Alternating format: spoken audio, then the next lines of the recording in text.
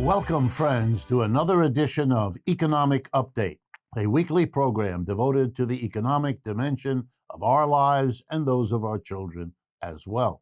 I'm your host, Richard Wolff. Two quick shout-outs before we jump into today's program.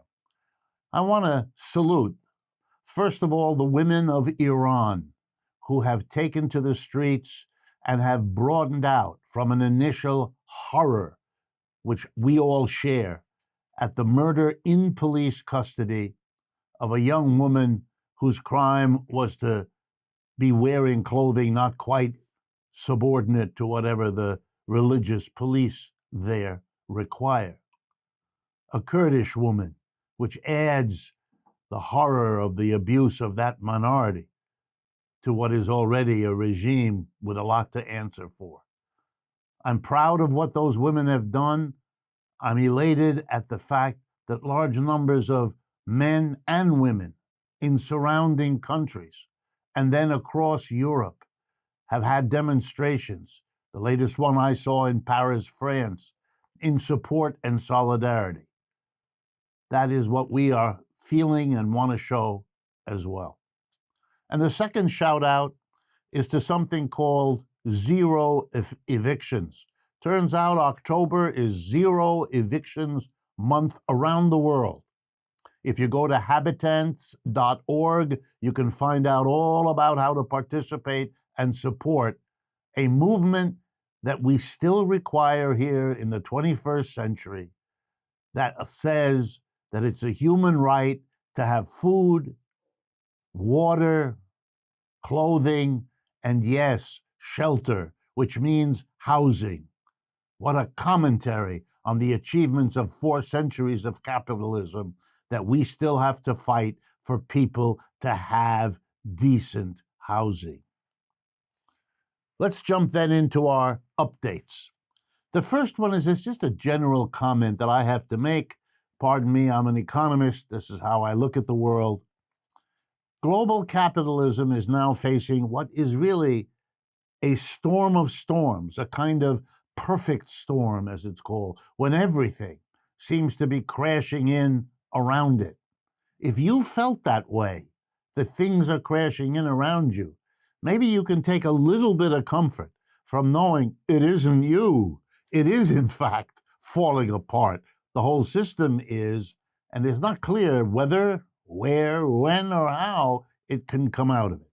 So first of all, inflation. Terrible inflation in many parts of the world. As I've stressed to you before, not in all parts of the world. President Biden and his officials try to suggest that this is, well, there's nothing special for America, it's everywhere. Not true. Inflation very low in Japan. Inflation is very low in China. In case China is a particular example, let me mention, it's under 2% in China. Not 8.5%, 9%, 10%, the way it is in North America and in Europe and so on.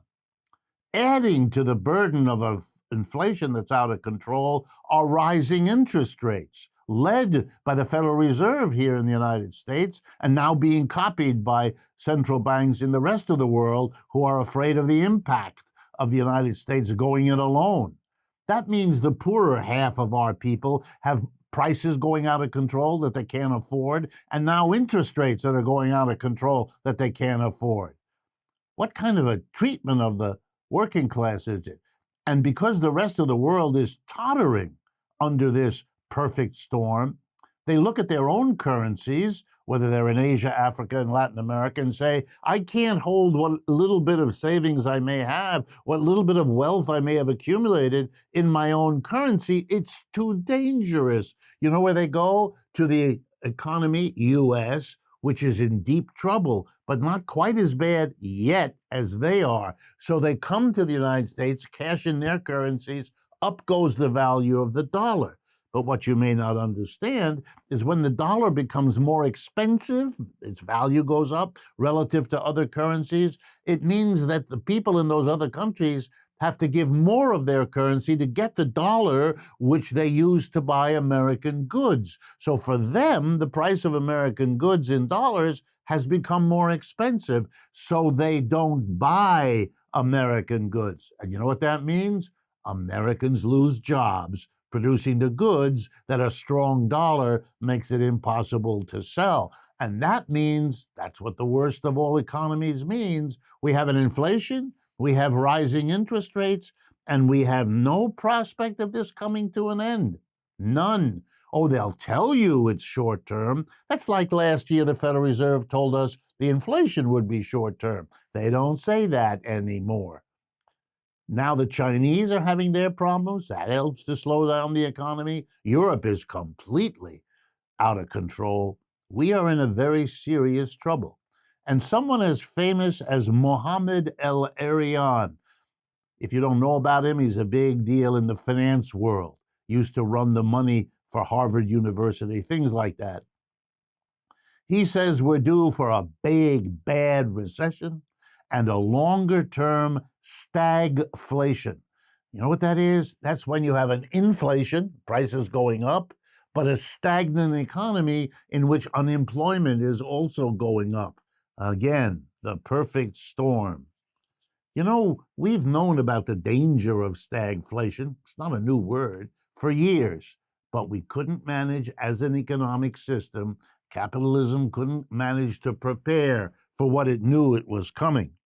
You know, it's a little bit like not preparing for hurricanes when they come, and I'll come back to that later.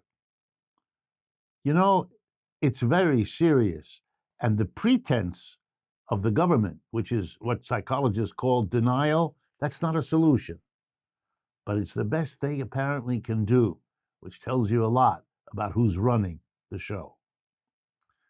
I want to shout out to the 1,000 food service workers who in the last week of September went on strike at the San Francisco International Airport. 1,000 of them. Why? Many of them are immigrants. And by the way, when I tell you the conditions under which they worked, you'll understand that while scapegoating immigrants seems to be a hobby for some Americans, shame is what they ought to feel.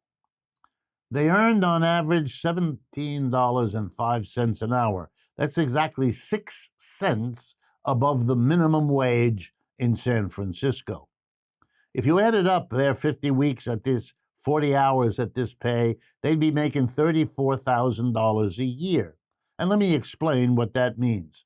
The median income in San Francisco for a household is $119,000. So they get 29% of the median. Median means half of San Francisco has higher income, half is lower. They get 29% of the median income. Average rent for one-bedroom apartment in San Francisco, right, ready, per year, from $36,500 to $41,800. In other words, the average rent for one bedroom is more than the total income these people get. Yeah, so they live too many in an apartment. Yeah, so they can't maintain their apartment building as easily. How could they? How can they? How do you treat people like this? The complaint of the workers, they have no time at all. They have to have a second or third job. They can't see their own children. Yeah, you make them live in unbelievable circumstances, and then you add insult to injury by attacking them because they are immigrants, even though you take advantage of them when you buy that hot dog or that coffee at the airport. Well, I'm happy to say that Unite Here Local 2, the union that represented and the workers and helped organize this strike, was able to win in a few days a settlement. And I want to tell you about the settlement. They're going to go from $17.05 an hour. Get ready here. Ready? $22.05 an hour. A $5 increase on a $17 an hour pay scale. That works out to about 30%. Oh, they won't get all of it until the end of 2024, so there's another couple years or a year and a half to go. But they're going to get a increase right away. They're getting a $1,500 signing bonus for the deal having been voted through by them. It's an amazing improvement. They got benefits increases, retirement increases, quite a package. But of course, the alternative was that all the food shops would shut down. And here's a lesson from this strike. To get a settlement as good as that, better than most settlements in the country in percentage terms, gives you an idea of what a ripoff it had been all along to pay workers that poorly. How much profit can be yanked out of these people's hides by the work they're required to do, that it was decided after 3 days, the impossible, a 30% increase in wages, suddenly became possible. Anything to get that profit machine. And for those of you who know airports, you do know that the prices of what you buy for food at an airport is a luxury. But it never went down to those workers, neither the American citizens nor the immigrants. No. They had to fight to get a decent wage, and it barely gets them through San Francisco now. My next update has to do with FedEx. And I use the FedEx story only as an illustration.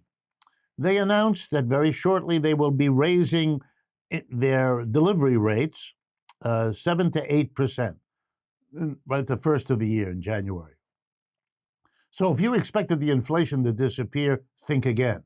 FedEx brings a great many packages to a great many people, and the price of all of that's going to go up because they're going to charge more.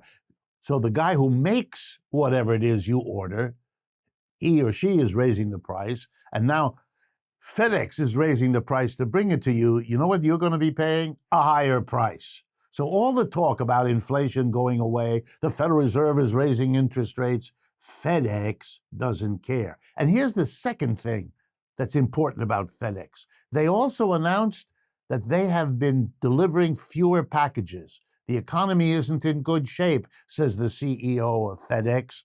We're not delivering as much. And you know what that means? If you're not delivering as much, not the same amount is being made. No one's accumulating that stuff in a warehouse. So workers are getting laid off. There's that stagflation again, rising prices and shrinkage in jobs. Very sad way to treat the majority of your people, the working class, because it's out of them that the rising prices of an inflation are paid for, and it's out of them that the rising interest rates are taken. Last point, and I wish I had more time. We all saw the tragedy in Florida with what Ian, the hurricane, did. But what we have to think about as honoring the people who've suffered so much there, don't let it happen again. Don't allow money to be spent not preparing to evacuate, not preparing to provide housing, not having standby arrangements. What are you doing? How do you justify $60 billion to fight a war in Ukraine when you can't come up with what you know you'll need? We have devastating hurricanes over and over again. No excuse. This is a system that isn't working. We've come to the end of the first part of today's show. And before we go to the second half, I want to remind everyone that Economic Update is produced by Democracy at Work, a small donor-funded nonprofit media organization now celebrating its 10th anniversary. And because October is National Co-op Month, be sure to check out our podcast, All Things Co-op, that explores everything co-op, from theoretical and philosophical analyses to on-the-ground interviews with co-op workers. You can find this show and more on our website, democracyatwork.info. And while you're there, be sure to follow us on Facebook, Instagram, YouTube, because there we are approaching 300,000 subscribers. We need your help to get over that point because it really extends our reach. Please stay with us. We will be right back with today's special guest, the head of content development for Means Television, Mr. Nick Hayes.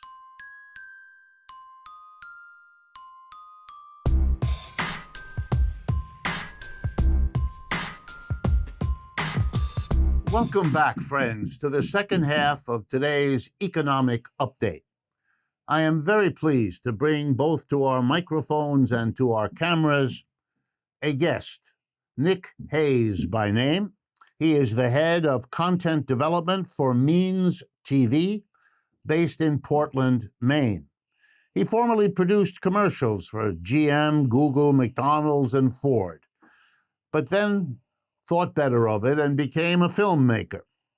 And eventually, with his partner, Naomi Burton, they produced the first campaign video for Alexandra Ocasio-Cortez, who has since become, and in part because of that video, a very famous person here in the United States. And that all led to Means TV. It is the world's first, worker-owned streaming service. In its catalog of anti-capitalist documentaries, movies, and short films, Means TV brings us filmmakers and voices that larger networks and studios often shut out. So they're a kind of brother/sister for what we are trying to do as well. So first of all, Nick Hayes, thank you very much for joining us. Thanks so much for having me, Professor Wolff. Okay. Somewhere, and it might have been you, somewhere in our email exchanges leading up to today's program, somebody said that Means TV is a, quote, anti-capitalist Netflix. Could you just respond to that characterization and whether you think it's reasonable or not? Yeah, absolutely. So in the sense that our core offering is a streaming service, I would say that's accurate, that we are a sort of similar product offering to Netflix. However, unlike Netflix, we don't rely on speculative financing or accounting tricks to pay no taxes. And I would say we're anti-capitalist in two ways. The content we put out on the platform is content that we feel reflects working class life in the US and around the world.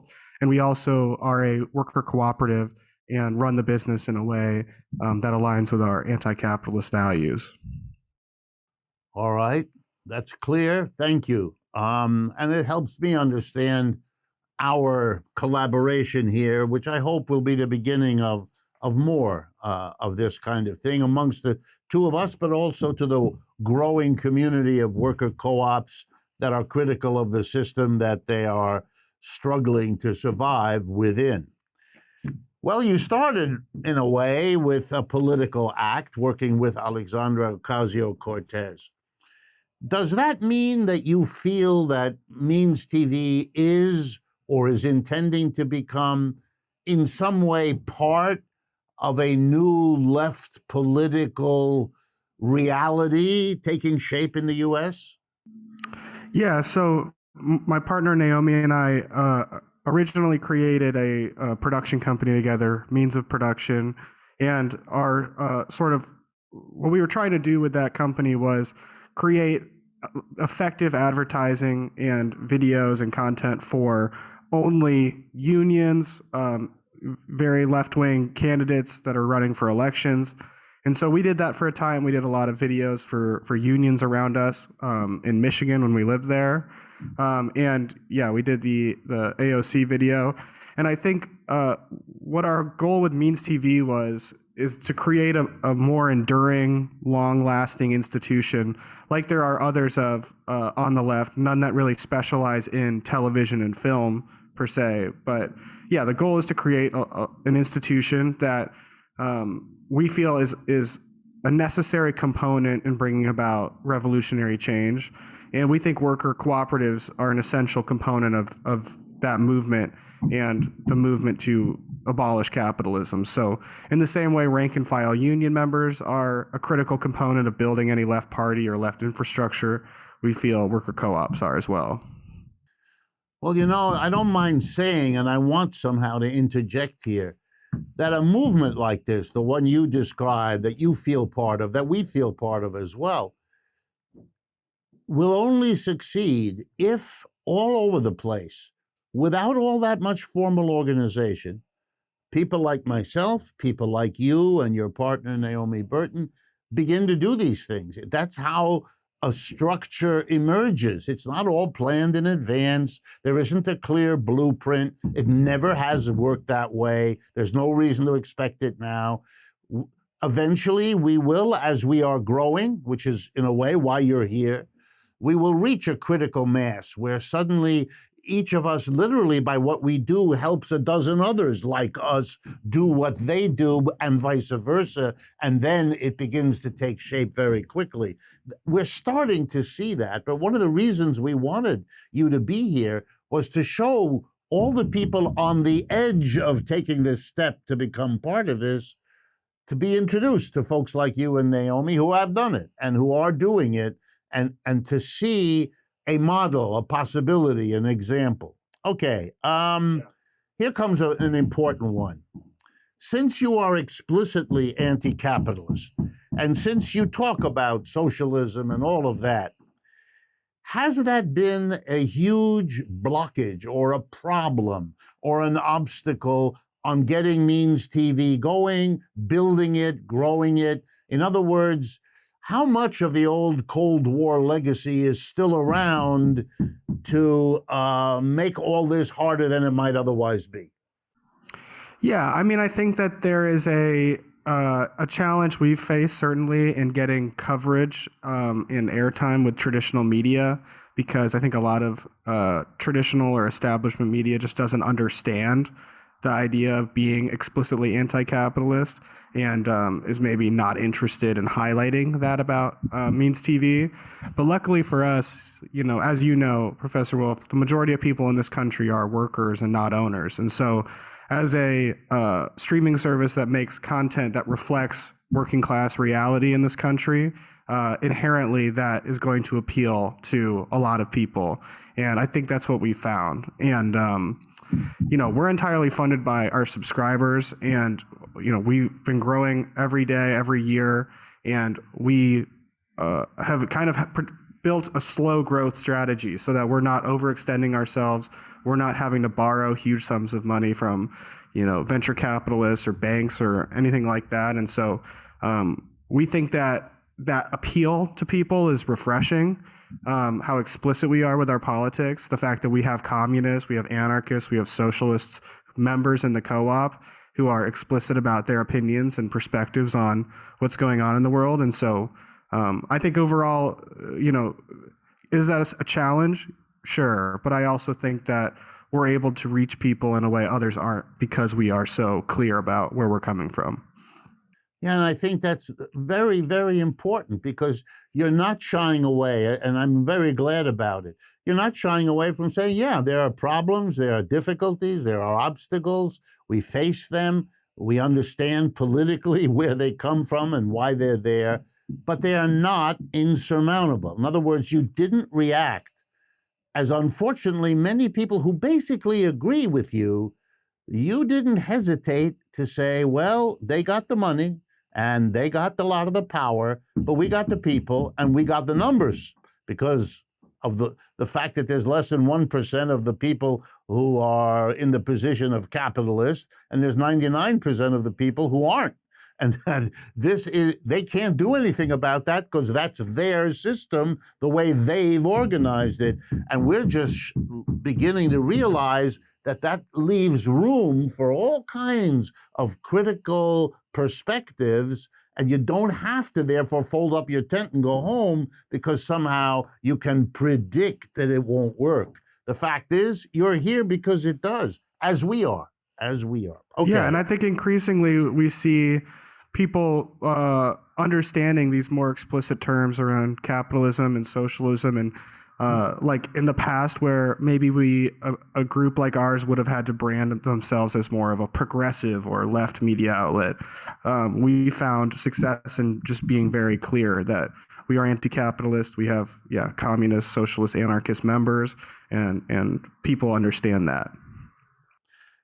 Tell me, who is your audience? Give us a sense, and I mean here both the audience you now have, in general terms, obviously, I don't want names or anything.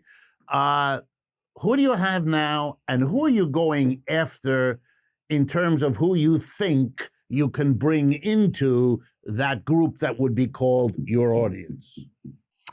Yeah, so from the very beginning, our core audience has been the overwhelming, I would say, majority of people in this country who see that capitalism holds no future for us beyond suffering, toiling, and environmental collapse.